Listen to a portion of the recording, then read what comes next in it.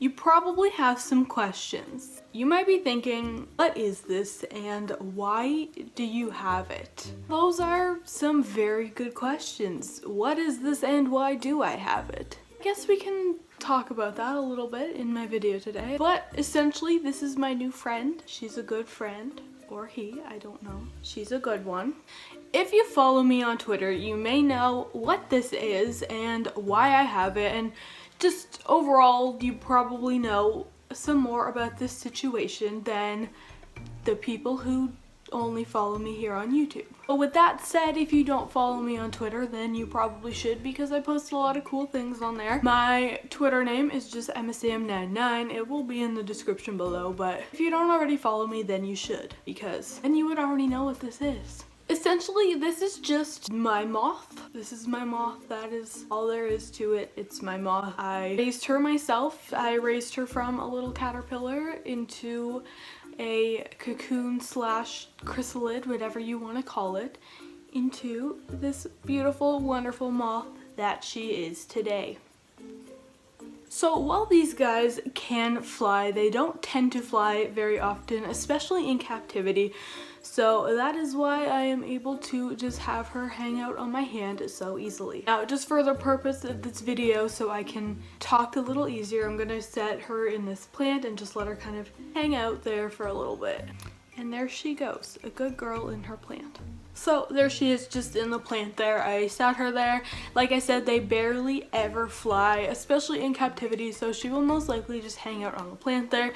So now let's talk a little bit about this and why I have a moth, because most people don't have pet moths. So if any of you are reptile keepers, then you probably know what a hornworm is. I will insert a picture over here in case you don't. A hornworm is essentially a type of caterpillar, which is like a moth or butterfly larva, that are often used as feeders for reptiles. Now, lots of reptiles love them, such as leopard geckos and chameleons and bearded dragons.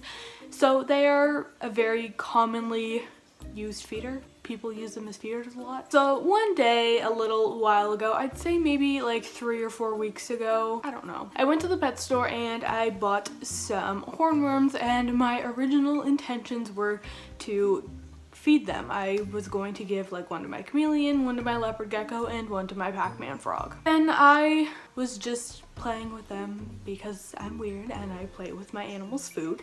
And I was like, you know what, they're really cute and I think it would be a super fun experiment to try and raise them. And that is where she came from. So at this point I had 3 hornworms and I decided I was going to keep them. I had an empty cage. I had an empty 12 by 12 by 18 Exoterra, and I went ahead and I set that up for them. But anyways, I went ahead and I set up a little cage for them and I started feeding them. Hornworms can actually be toxic to animals if fed their natural diet. Naturally, hornworms eat things such as tomatoes, and when they eat tomatoes, it makes them toxic. So if they eat tomatoes, you cannot feed them to your reptiles. But since I was deciding I was going to keep these and try to raise them, I knew it didn't matter if they were toxic or not, because I would not be feeding them to anything, you know what I mean? So I went out and I bought some tomatoes and I fed them tomatoes. So once again, a disclaimer, do not feed your hornworms tomatoes if you plan on giving them to your reptiles, because tomatoes make them toxic.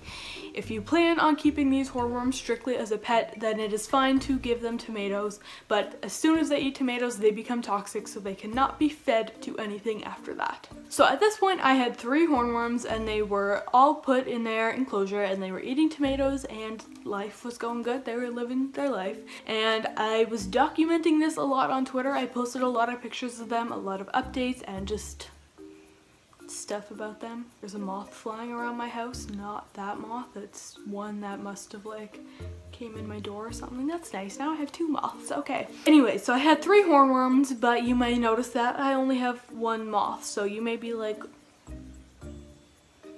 where'd they go? So basically I had my 3 hornworms and one of them did die. I don't know why. They're insects, I guess. They just die sometimes. So one of them died, and then I had 2 of them which turned into chrysalids. And one of them is still in a chrysalid and one of them have hatched.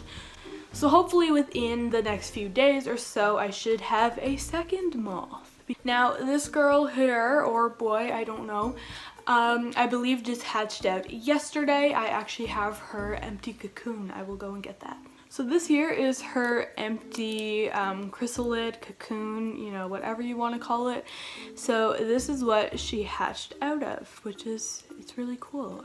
You can see here that like this was like her head up here, and then that's her butt.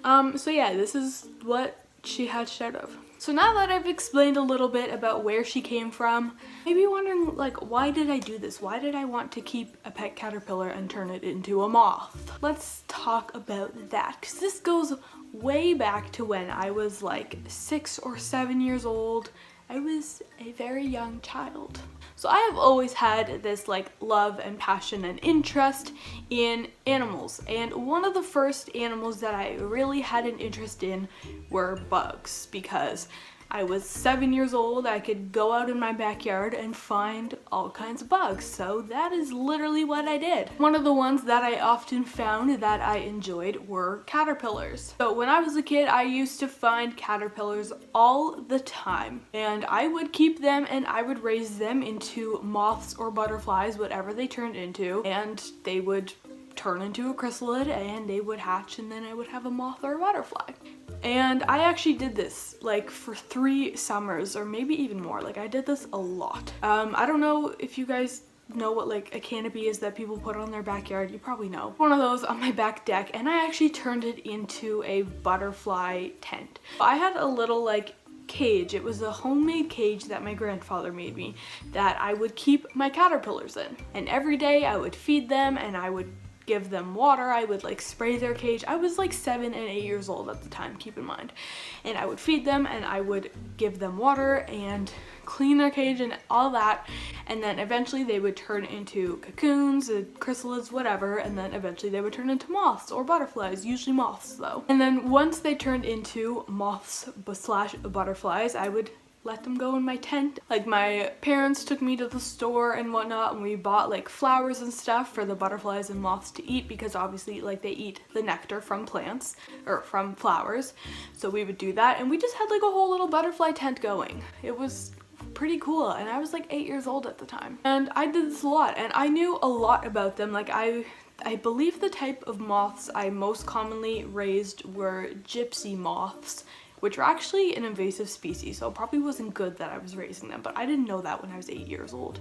Anyways, I would keep these gypsy moths in my tent, and I remember one time specifically, I knew like all about them. I knew the difference between males and females and all of that. And I remember at one time I had a couple females in my tent, and I went out the next morning to do all my stuff, give them water, food, whatever. And I noticed that there were some male moths surrounding the tent, because males can sense the females and they fly to them to try to breed. So do you see that moth? That's not my moth. Like my moth is back here. Like that's just a moth that got in my house. Oh, I see him. He's on my chameleon cage. Second little moth just landed on the plant. Anyways, I have 2 moths. So yeah, okay, so there was these male moths surrounding the tent, so I got them into my tent, and then they bred with the females, and then eventually the females laid eggs, and their eggs, like, they last over the winter, and then they hatch the next spring. And I kept the eggs, and then I hatched them the next spring, and like I literally did this for like 4 years. So I have always had a fascination with like caterpillars and butterflies and moths and whatnot. So kind of what inspired me to go ahead and do this. I was just like, why not? Like, why wouldn't I go ahead and just try to raise these caterpillars? I thought it would be fun. Oh, that is what I did. That's how I ended up with a pet moth, and I love her. She is such a good girl. So either way, this was just like a little random experiment I decided I was going to do, and I mean, success. I've had 1 moth hatch so far, and I have another one that should potentially be hatching within a few days, so I would call it a success for just some random experiment I decided to do. And I think she's just so cool. She's a big moth, she's a good girl, a pretty girl, and I love her. All of that being said now, I guess you guys just... The point of this video was just to tell you about my new moth and how I acquired her and everything. Let me know what I should name her. Everyone comment below a name suggestion for my new friend because she deserves a name.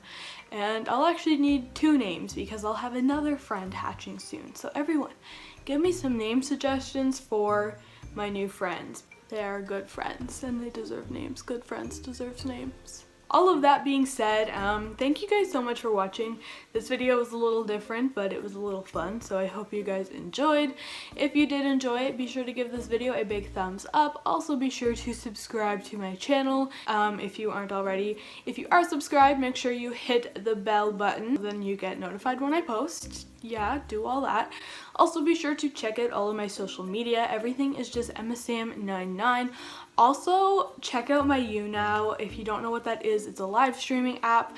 I live stream on YouNow and I do fun stuff on there, so you don't want to miss those. My YouNow is Emma L. Sampson.